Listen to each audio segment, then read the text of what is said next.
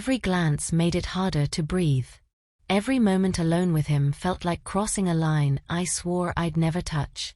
But when the storm came, we stopped pretending and started feeling everything we'd buried for too long. Tap the like button, drop a comment telling me your favorite moment, and hit subscribe so you never miss another videos. Every time I saw him, it got harder to pretend I didn't feel what I felt. I wasn't supposed to fall for him. Not him. Not my mom's childhood friend's son. Not the boy who used to toss water balloons at me when we were kids, the one with a crooked smile and the quiet intensity that always made me sit up straighter even when I was barely tall enough to meet his eyes. But here I was, 25, independent, strong-willed, and completely unraveling every time Blake Carter walked into the room. It had started 6 months ago when I came back home from New York after leaving my job. The big city had swallowed me whole and spat me out with nothing but debt and a tired heart. I needed quiet. I needed peace. I needed a place to find my breath again. I didn't expect him to be here. He wasn't supposed to be in the same neighborhood anymore. Blake had gone off to the Navy, then disappeared into law enforcement. He was supposed to be somewhere far away, cool, unreachable, like a ghost from my memories. Instead, he was living next door again, helping his dad fix up their old house. The first time I saw him again, I was wearing a worn-out sweatshirt and holding a bag of groceries. My hair was a mess. And yet, when I looked up and saw him leaning against his truck, watching me with those dark, unreadable eyes, something inside me jolted. "Caroline Taylor," he said, his voice low and slightly rough, like he hadn't spoken much that day. "Didn't think I'd see you back here." I swallowed and smiled because I didn't know what else to do. "Blake Carter, I thought you vanished." He laughed under his breath and nodded toward the house. "Just visiting. Helping pop out a bit." But he didn't just visit. He stayed. 4 weeks. And so did that feeling. It started with a simple exchange of glances. Then quiet hellos. Then casual waves from the porch. But nothing about it felt casual inside me. The way he moved, the quiet confidence in his shoulders, the way his hands were always a little dirty from working outside, I noticed everything. And every time I told myself it didn't mean anything, that little voice in my chest screamed back, "Liar."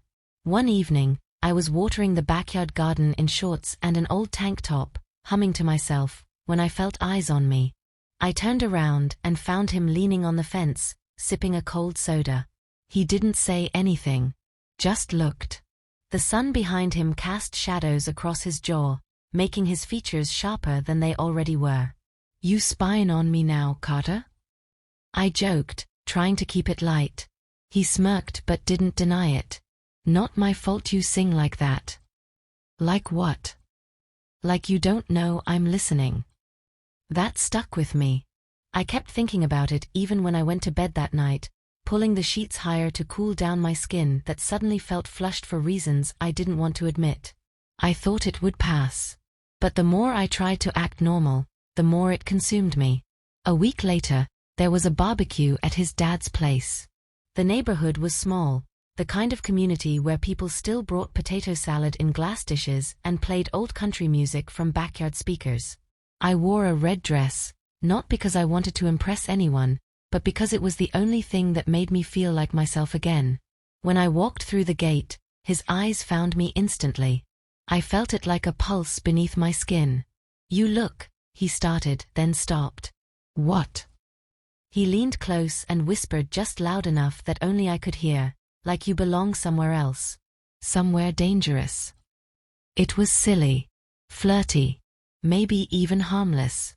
But I felt it in my stomach like a firework. We didn't speak much that evening. But the air between us tightened like strings being wound closer and closer, invisible but real. Later that night, while people were cleaning up and laughter echoed through the yard, I slipped inside the house for water. The kitchen was dark. I didn't expect him to be there. He was leaning against the sink, arms crossed, eyes unreadable. My breath caught in my throat. "Need something?" he asked. "Water." He stepped aside and handed me a glass. Our fingers brushed. I froze. It should have been nothing. But something in the way his gaze dropped to my mouth before lifting back to my eyes. I knew. He wanted to say something. And so did I. But neither of us moved. "Caroline," he said softly, almost like a warning. "Don't," I whispered. He tilted his head. "Don't what?" "Don't make it harder." "Harder to do what?" I looked away, blinking too fast. "To pretend." He took a step closer, and my breath hitched. "I know," he said quietly. Then he stepped back. I left the kitchen before I could say something reckless. But from that moment on, everything changed. I started walking past his house on purpose. I wore dresses I didn't need to wear. I lingered on the porch a little longer, hoping he'd glance out the window. It was childish, but it was real. Then came the night the storm hit. Thunder cracked like bones, and the rain came down so hard the streets flooded in minutes. I lost power. My phone was dying. I was about to light candles when there was a knock at the door. It was him. Soaked through, hair dripping, shirt clinging to his chest in a way that made it impossible to ignore. "Thought you might need backup," he said, holding up a flashlight and a bag of batteries. I let him in. He shook off the rain, and I handed him a towel.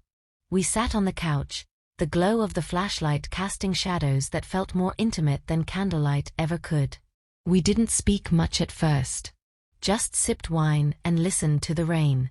But when he shifted closer, knees brushing, I didn't move away. "You ever wonder," he said suddenly, "what would have happened if we grew up in the same city?" "All the time." He exhaled slowly, like he'd been holding something in for too long. "I'm not good at saying things. You probably already know that." I nodded. "But every time I see you," he went on, voice thick and rough, "it gets harder to pretend I don't feel it." I turned toward him, and the air between us tightened again. This time, I didn't pull away. "Then don't pretend." We didn't kiss. Not then.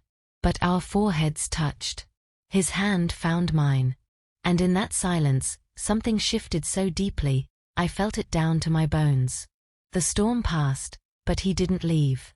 He sat with me until the power came back on, and even then he stayed longer. Over the next few weeks, things deepened. Quiet touches, longer looks, lingering goodbyes. He never crossed the line. But my heart did, over and over again. One late evening, I wore one of his old sweatshirts. He saw me walking back from the store and stopped me. "You're stealing my clothes now?" "They're warm," I said, grinning. "You're trouble." I leaned in just a little and whispered, "So stop me." His jaw tensed. His hand rose like he wanted to touch my face. But he didn't. "I want to," he said. "But you won't." He hesitated. Then said, "Not yet." The next night, we found ourselves alone again. This time on his porch. The night was heavy with heat. He stood too close, eyes searching mine. "Tell me to walk away," he said. "I won't," I whispered. And then finally, his lips brushed mine. Not rushed. Not hungry. But like a question he'd been asking for years. That kiss changed everything. It was slow. Tension wrapped in silk.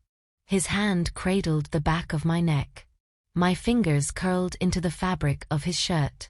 There was a heat beneath our skin we both felt, but neither of us pushed it too far. When we pulled back, he smiled softly. "You always knew, didn't you?" I hoped. He kissed my forehead, and that was somehow more intimate than anything else. We didn't rush it after that. Our moments were hidden between shared coffee, porch swings, and late-night phone calls. The physical tension stayed, a quiet thrum in the background. But it made everything more electric.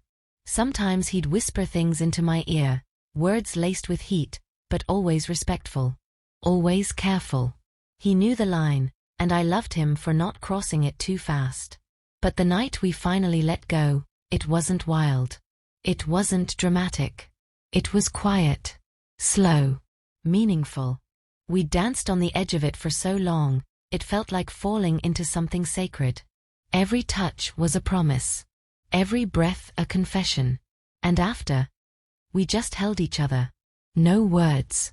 Just warmth and the sound of our hearts finally beating in sync. Now, months later, I look at him and still feel the fire. But it's calm now. Like the flame that stays burning through the night, keeping you warm, not wild. Every time I saw him, it did get harder to pretend. Because what we had was never pretend. It was just waiting, for the right time, the right way, and the right heart. And we found it. Together.